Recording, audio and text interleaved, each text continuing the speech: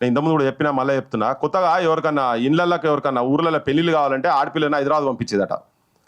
ఎందుకంటే ఒక వారం 10 రోజుల లోపల వాళ్ళు మంచిగా నిగనిగా అయ్యేది, పూరగానికి చూపిస్తుంది, తీసుకపోతే పెళ్లి పిల్లని తీసుకపోతే పక్కవాడిగా సంతకం పెట్టాల్సిన ఈ పిల్లని తప్ప ఇంకోరిని చేసుకోనని అనేదట.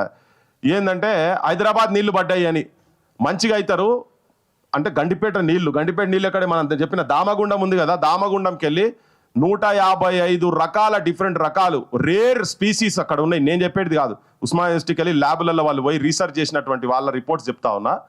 వాళ్ళు అక్కడి నుంచి రేర్ మూలికల ఆ నీళ్ళు అక్కడ నుంచి ఆ పాదాలను ముద్దాడుకుంటూ వచ్చి గండిపేటల పడ్డ నీళ్లతోటి మనకు స్నానాలు చేస్తే రోగాలు రావు, ఏం రావు అని ఆయన వీనికి గండిపేట నీళ్లు పడ్డాయి అని చెప్పని.